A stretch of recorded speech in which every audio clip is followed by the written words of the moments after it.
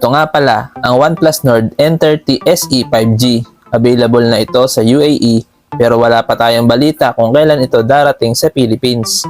Kung gusto nyo malaman ng price nito, make sure na panoorin nyo ang buong video. Sa ngayon, pag-usapan muna natin ang specs and features niya. Meron itong 6.72-inch Full HD Plus IPS LCD display with 1080 by 2400 pixel resolution at meron lamang siyang 60Hz refresh rate.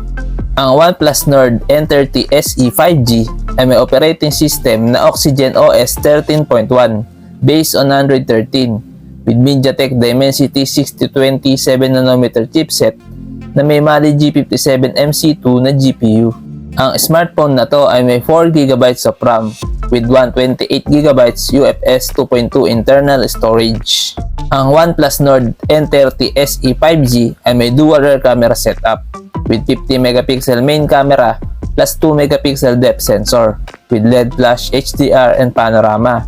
At kaya nito mag-record ng video up to 1080p at 30fps. At meron siyang 8MP selfie camera with 1080p at 30fps video recording.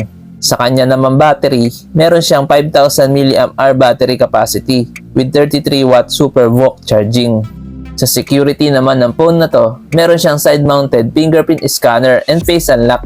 At ito ay may dual stereo speakers with 300% ultra volume mode.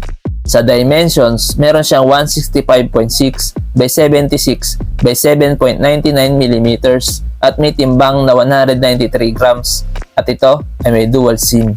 Sa connectivity, meron siyang 5G, dual band Wi-Fi, Bluetooth 5.3, GPS, Galileo, GLONASS, BDS, NFC, headphone jack, OTG, and USB Type-C.